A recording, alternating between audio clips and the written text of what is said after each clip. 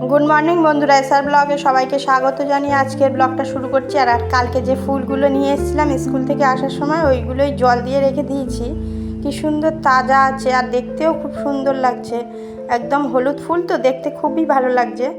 আর আজকে হলো বুধবার আর ঘড়িতে এখন বাজে 8টা, সকাল 8টা। সকালের কাজকর্ম শেষ করে ফেলেছি। শেষ কাজকর্ম বলতে সকালবেলার যে টিফিন করার থাকে সেগুলো করে ফেলেছি। আর টিফিন করে সবাইকে খেতে দিয়েছি। আর এখন এসছি ঘরের কাজগুলো করে নিতে। ঘরের কাজ বলতে এই ঘরটার ঝাড়ু দিয়ে, ঘর মুছে, বিছানা গুছিয়ে এইগুলোই কাজ হচ্ছে ঘরের। আর আজকে আছে আমাদের একটা বিয়ে বাড়ি আছে, একটা রিসেপশান আছে, মানে বৌভাত। আর ওটা তো পাড়ার মধ্যেই রয়েছে, পাড়ার মধ্যেই পাশাপাশি পাড়ার মধ্যেই বিয়ে বাড়ি রয়েছে একটা। আর ওই জন্য সেরকম কিছু রিচ খাবার দাবার করব না, মাছও করব না, একটু নিরামিষ করব, সয়াবিনের তরকারি করব। ওই জন্য আজকে বাজার যেতেও বারণ করেছি, যে শুধু বাজার যাওয়ার কোনো প্রয়োজন নেই। এমনিতে এখন গরমের সময়, খুব গরম। আর বৈশাখ মাস তো খুব গরমেরই হয়, আর এখন বৈশাখ মাস খুব গরমের সময়। ওই জন্য বললাম যে বিকেলবেলা রাত্রে যখন বিয়ে বাড়িতে যাব সেহেতু রিচ খাওয়া দাওয়া হবে। ওই জন্য আজকে এখন এইবেলা আর কিছু করতে হবে না, সেরকম মাছ টাছ করবো না। ওই জন্য সয়াবিনের তরকারি রান্না করব, ওই জন্য বাজার যেতে বারণ করেছি। আর বাচ্চারা সবাই স্কুলে যাবে, ওরাও রেডি হচ্ছে, স্কুলে যাবে, ওই জন্য রেডি হচ্ছে। আমি এদিকে ঘরটার মুছে রেডি করে নিচ্ছি। ঘর মোছা হয়ে গেলে আমি রান্নার কাজে যাব। তরকারি কেটে রাখবো, ছোটো মেয়েকে স্কুলে দিয়ে আসবো, দিয়ে এসে তারপরে আমি রান্নাটা বসাবো। স্নান করে যাব, স্নান করে পুজো টুজো দিয়ে তারপরে যাব। ওদেরকে বলেছি তোমরা রেডি হয়ে নাও, ছোটোটাকে রেডি করিয়ে দিতে হয়। আর বড় মেয়ে তো একা একা রেডি হয়ে চলে যায়, ননদের ছেলেও থাকে আমাদের কাছে, ও একা একা রেডি হয়ে চলে যায়। কিন্তু ছোট মেয়েকে স্নান করিয়ে দিতে হয়, ঘর জামা কাপড় পরিয়ে দিতে হয়, গাটা মুছিয়েও দিতে হয়, ওকে সবই করে দিতে হয়। তা আমি বললাম ঠিক আছে তোমরা রেডি হতে লাগো, বইটই গুছিয়ে নাও, ওর বই খাতাও গুছিয়ে দিতে হয়। আর এই যে দেখো বন্ধুরা, স্কুলে দিয়ে চলে এসেছি, রান্নাবান্নাও কমপ্লিট করেছি। কি রান্না করেছি দেখো, সয়াবিন আলুর তরকারি আর বরবটি দিয়ে গাজর দিয়ে ভেজেছি। আর এই যে আমের টক, গরমেতে অবশ্যই আমের জল টক থাকবে। আর আমার জন্য একটু টমেটো সিদ্ধ করেছি, ওটা একটু মাখবো, লবণ তেল কাঁচা পেঁয়াজ দিয়ে মেখে খেতে আমার খুবই ভালো লাগে। দেখো বন্ধুরা, গুড ইভিনিং। এখন সন্ধ্যা না, এখন 8টা বেজে গেছে। আর আমি জামা কাপড় বের করে ফেলেছি, কোন জামা কাপড় কে পরবে সেইগুলোই বের করে ফেলেছি। আর এই যে আমার শাড়িটা, এটা বের করেছি, আর এই শাড়িটা পরবো। আর হাজব্যান্ডের শার্ট প্যান্ট বের করেছি।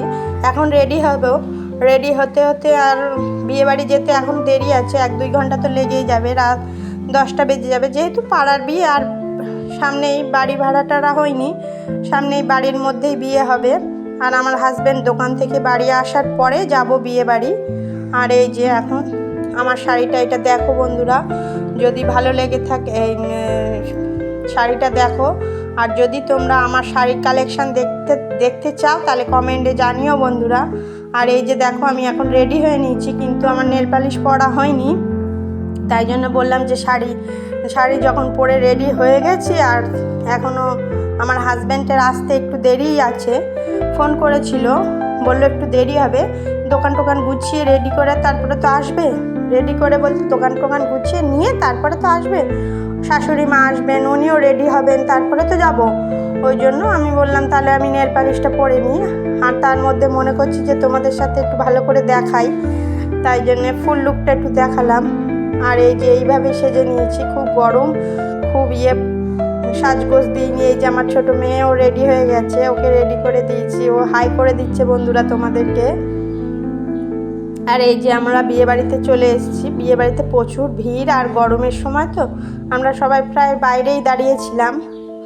এই যে এখন এইখানে দাঁড়িয়ে গল্প করছি, সবাই মিলে রয়েছে, ওই গল্প করছিলাম। আর এখানে যেখানে বউ বসানো হয়েছে, ওই যে আমার শাশুড়ি মা গিফট দিয়ে চলে এলেন।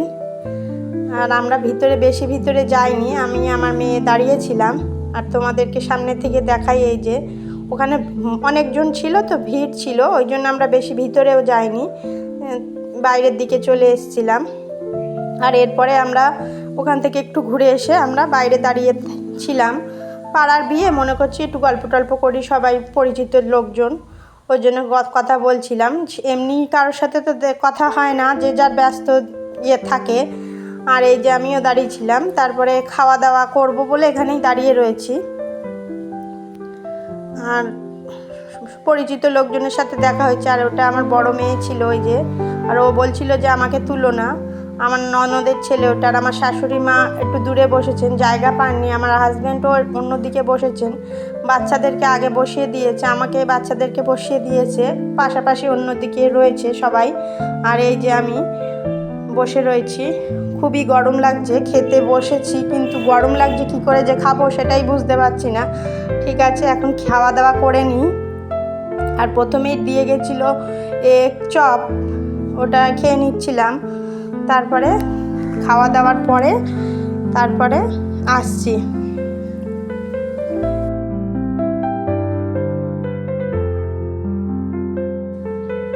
আর এই যে ডাল আর পাঁপড় ভাজা দিয়ে গেছিলো, চিপস দিয়ে গেছিলো, ওইগুলোই খেয়ে নিচ্ছিলাম। গরমেতে মনে হচ্ছে না যে আর কিছু খাবো। আর ওদিকে স্টার্টারে ছিল chicken pakora, phuchka, cold drinks, ওগুলো অল্প অল্প খেয়েছি। খাওয়ার পরে আর ইচ্ছা হচ্ছিল না খেতে, অল্প করে খেলাম।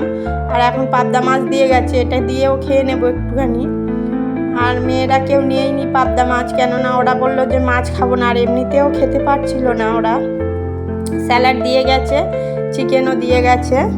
এই যে চিকেনের তরকারিটা দিয়েছিল, অল্প করে দিয়েছে। চিকেন খাওয়া হয়ে গেছে, এখন চাটনি পাঁপড় সব, আইসক্রিম, মিষ্টি দিয়ে গেছে। আর আইসক্রিম দিয়ে গেছে, দেখো আইসক্রিম বাড়ি নিয়ে